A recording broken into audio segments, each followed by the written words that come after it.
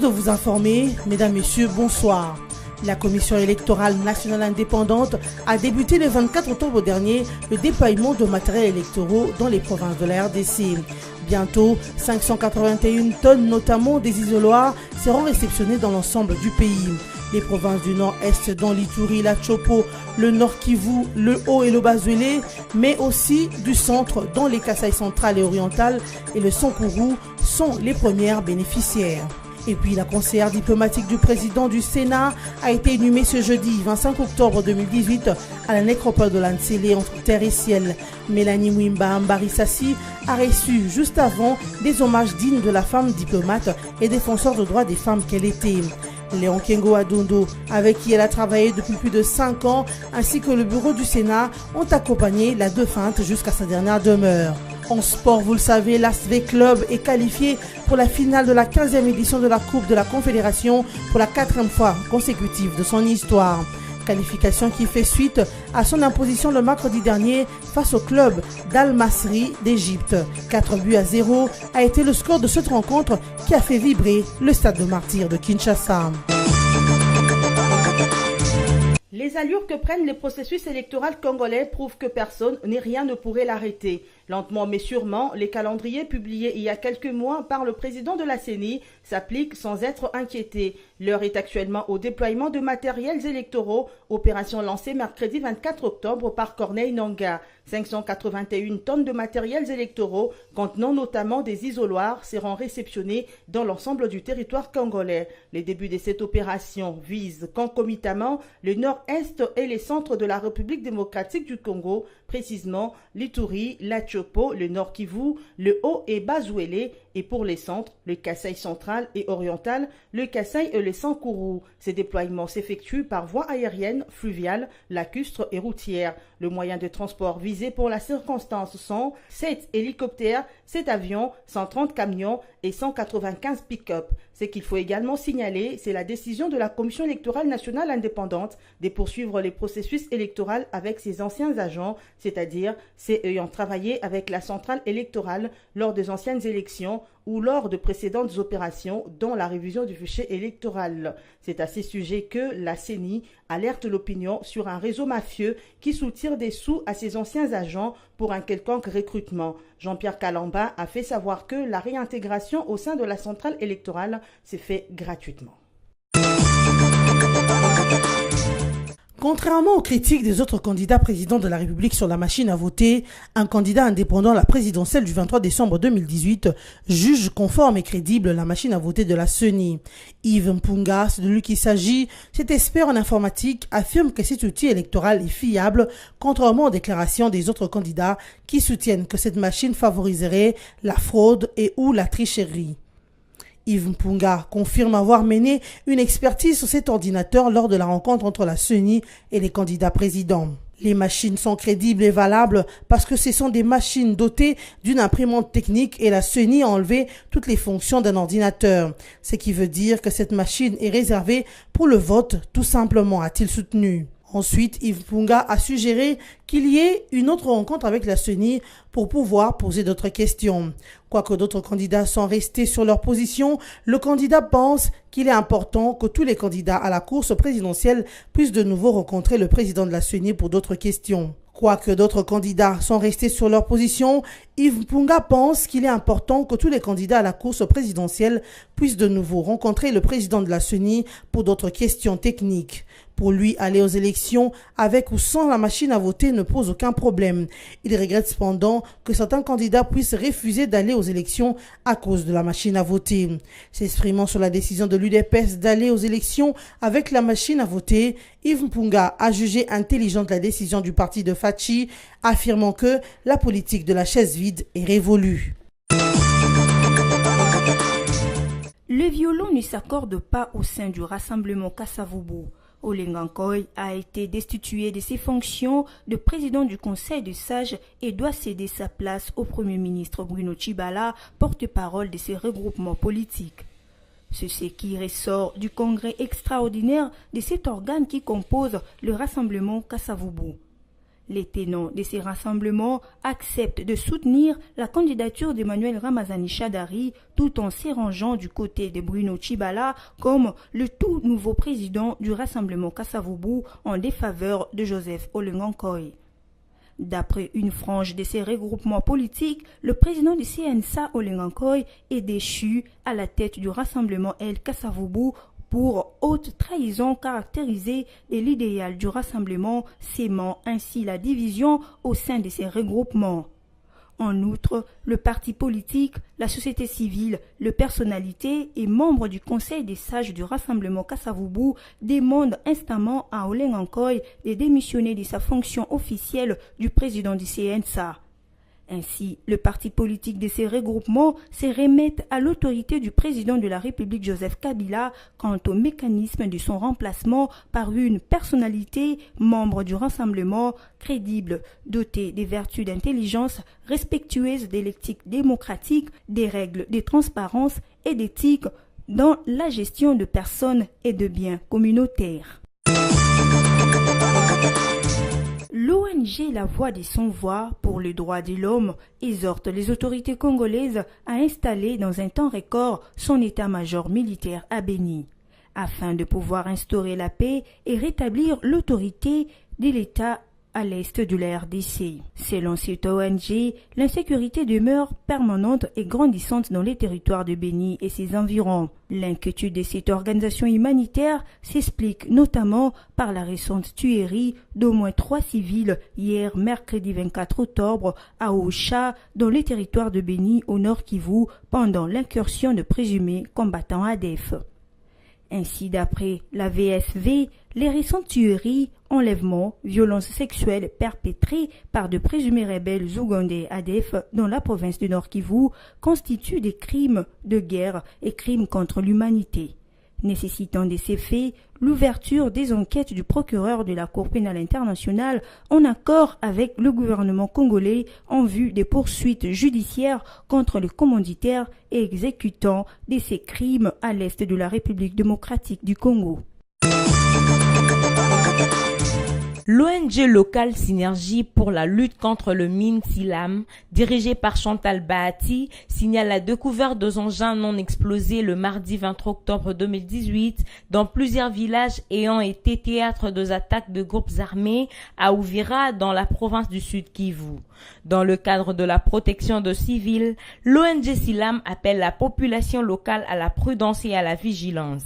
Cette interpellation fait suite à un accident d'une femme d'une vingtaine d'années qui a été blessée par l'explosion d'une grenade.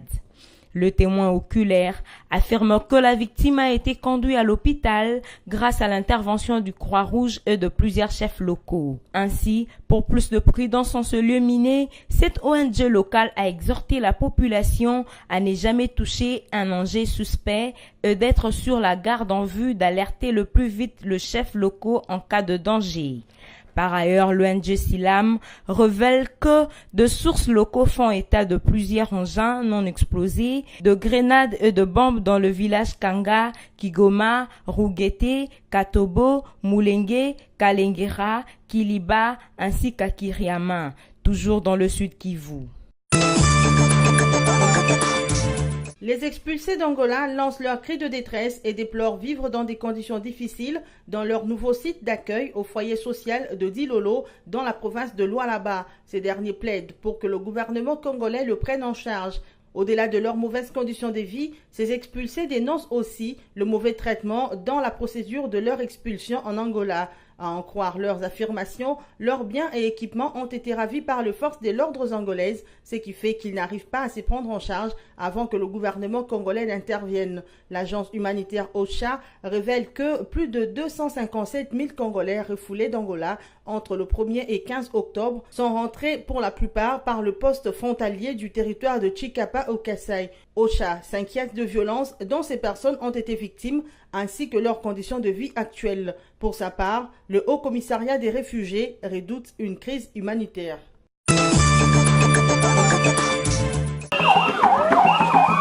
Femme battante, compatriote modèle et exigeante au travail, tels sont les mots forts qui ont constitué les derniers hommages rendus à Mélanie Mwimbari Sassi Amba, conseillère diplomatique du président du Sénat, Léon Kengo Wadondo, et présidente de la fondation Mwimba Risasi Amba FMRA. De la représentante de l'association des femmes chefs d'entreprise du Congo au directeur du cabinet du Sénat, en passant par la vice-présidente de la FMRA, les éloges n'ont cessé de se succéder à l'égard de l'illustre disparu. Nous te remercions pour cette présence empreinte de douceur, cette présence que tu as été. Nous te remercions pour les idées d'encouragement dans nos moments les plus difficiles. Nous voulons aussi te présenter aujourd'hui notre gratitude pour les réflexions partagées sur les valeurs de la vie, le sens du devoir, le sens du patriotisme. Tu pars au moment où nous avons lancé Fertel, la plateforme des femmes engagées pour le respect des accords et des textes légaux. Plateforme pour laquelle tu te battais chaque jour. Ton absence va peser sur ces deux associations qui comptaient encore sur les idées que tu voulais leur apporter. Mais ton abnégation, ta générosité, ta douceur continueront à alimenter nos actions pour tenir toujours très haut le flambeau des œuvres auxquelles tu tenais. Dans des FMRA, Maman Mwimba avait sa vision de la vie en commun en République démocratique du Congo. En effet, elle voulait que FMRA arrive à appuyer les forces vives de la nation congolaise dans la mise en application des lois et accompagner la population dans la compréhension et le respect des règles. De ce fait, elle en fixa les objectifs à atteindre, à savoir promouvoir les valeurs morales, restaurer le respect du sacré, éveiller la conscience du citoyen congolais sur ses droits et devoirs. Tu as été une femme de rigueur, une femme de discipline, au point que tu as créé une ASBEL dénommée Fondation Mwimba Risasi Amba, MFERA ainsi. Tu as pensé à travers la fondation traiter les maux qui sont les causes des dysfonctionnements au sein de notre société.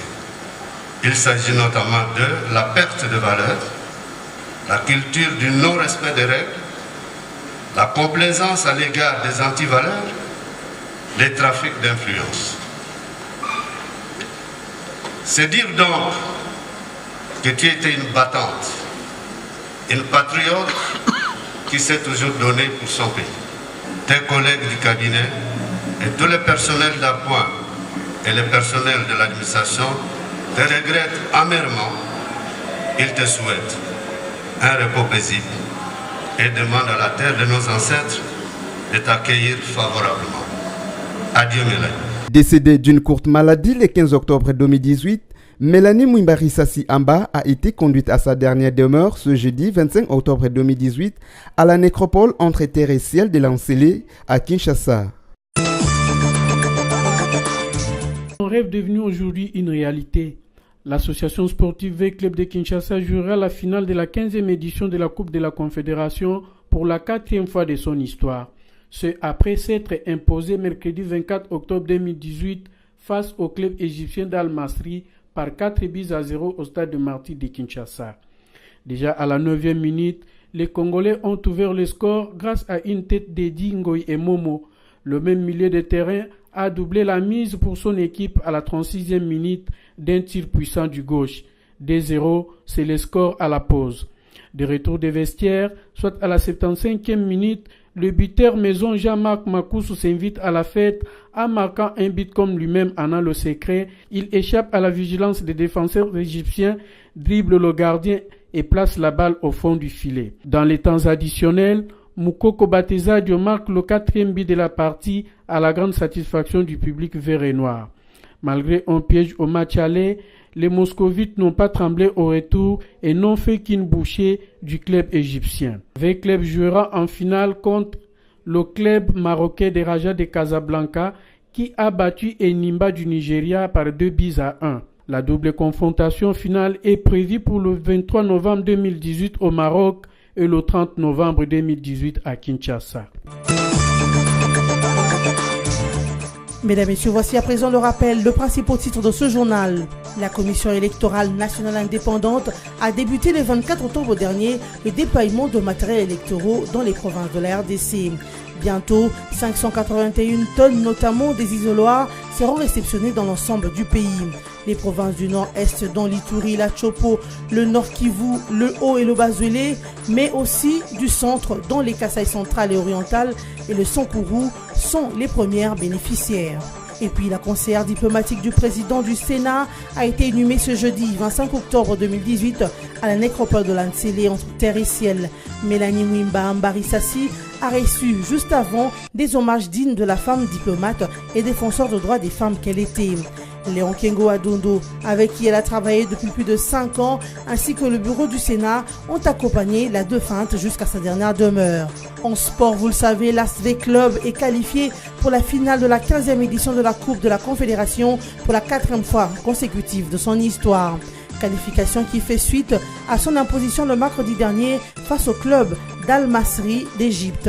4-0 a été le score de cette rencontre qui a fait vibrer le stade de martyrs de Kinshasa. Ainsi prend fin cette édition d'actualité. Merci de votre attention soutenue.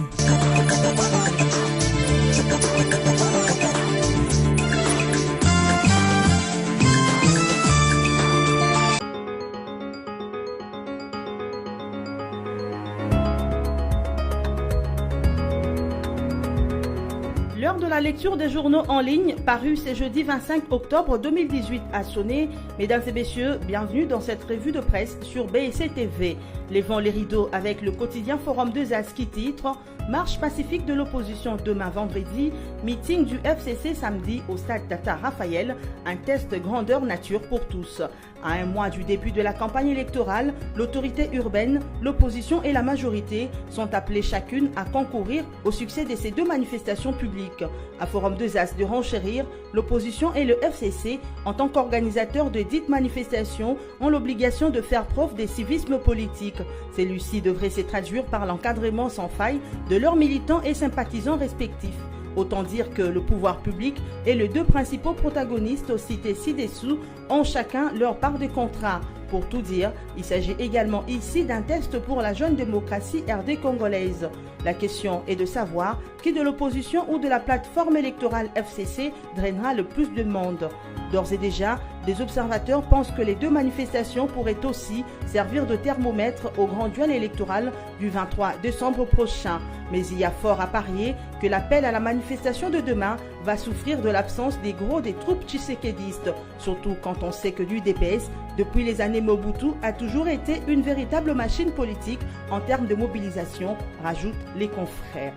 Dans ce même registre, Actualité.cd écrit « RDC, Katumbi réitère le rejet de la machine à voter et mobilise pour la marche du 26 octobre. Moïse Katumbi a une fois de plus rappelé à une mobilisation autour de la marche de l'opposition annoncée le 26 octobre dans plusieurs villes de la RDC. Dans un message vidéo, le président d'Ensemble pour le changement a insisté sur les rejets de la machine à voter. Si nous n'allons pas aux élections crédibles et inclusives, la situation à Béni va perdurer. Nous sommes unis dans l'opposition, nous allons gagner aux élections seulement avec votre détermination en refusant la machine à voter et ses fichiers électoraux, a souligné l'ancien gouverneur du Katanga Moïse Katumbi. Cet appel intervient alors que l'opposition s'est réunie en Afrique du Sud pour notamment dégager un consensus plus large sur le processus électoral, machine à voter, électeurs sans empreinte, candidature unique, etc. Référement cette revue par les sites de la radio Okapi qui titre « Les expulsés d'Angola en détresse à Dilolo ». Plus de 200 familles refoulées d'Angola arrivent progressivement depuis près d'une semaine à Dilolo, dans la province de Lualaba. Ces personnes, dont la plupart sont originaires du Bandundu de Kinshasa ou encore des anciennes provinces du Kasaï, disent vivre dans des conditions difficiles. Certains Congolais expulsés vivaient en Angola depuis plusieurs années et sont en ordre avec la migration de ce pays. Ils plaident pour que le gouvernement congolais le prenne en charge car à Dilolo, il se trouve dans des conditions de vie déplorables. Pour sa part, le HCR redoute une crise humanitaire. Tout est bien qui finit bien. Merci à tous de nous avoir écoutés. Continuez de vous informer sur BSC TV.